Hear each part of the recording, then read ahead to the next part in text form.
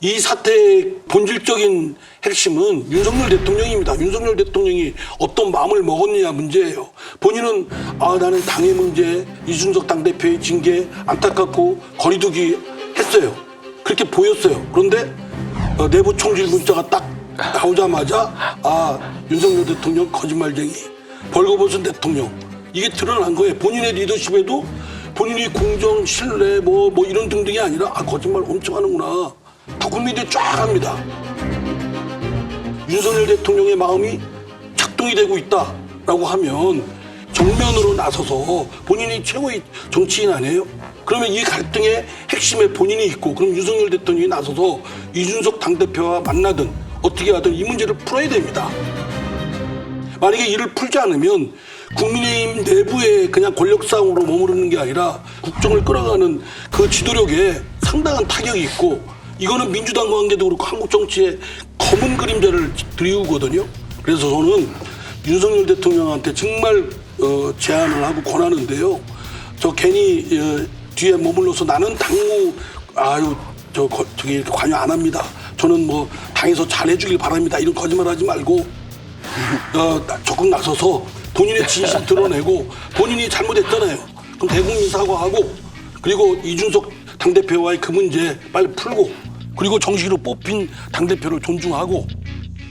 윤석열 대통령이 이준석 전 대표의 문제를 어떻게 풀어야 될지를 좀 상의했다, 이런 얘기가 있었죠.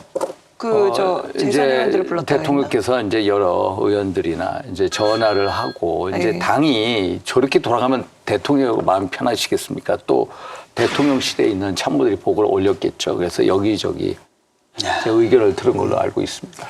근데 뭐 여기저기 들을 필요가 없어요. 제가 볼 때는 원래대로 원칙대로 돌아가면 돼요. 자꾸 누구 내쫓으려고, 특정인을 내쫓으려고 이런 생각, 이런 주위의 참모들의 아첨, 여기에 휘둘리니까 그런 일이 생기는 거예요. 그냥 정해진 대로, 원칙대로 있는 사람 존중하고, 그 실체 아니에요. 선배님 말씀하신 대로 저도 이제 뺄셈의 정치, 배제의 정치는 안 된다. 그래서 특정 그룹들하고도 얘기도 하고, 또 이준석 대표하고도 얘기도 하고, 또 여러 분야의 사람들하고 얘기하면서 결국은 이게 대통령 지지율 하락으로 간다. 대통령의 국정 동력을 상실하게 된다. 이런 식으로 해서 계속 저 나름대로 의견을 강하게 피력하고 했습니다만, 이게 안 되는 이유가 뭐냐면 나 아니면 안 된다라는 이제 권력에 대한 겸손함이 잃어버리는 분들이 있습니다.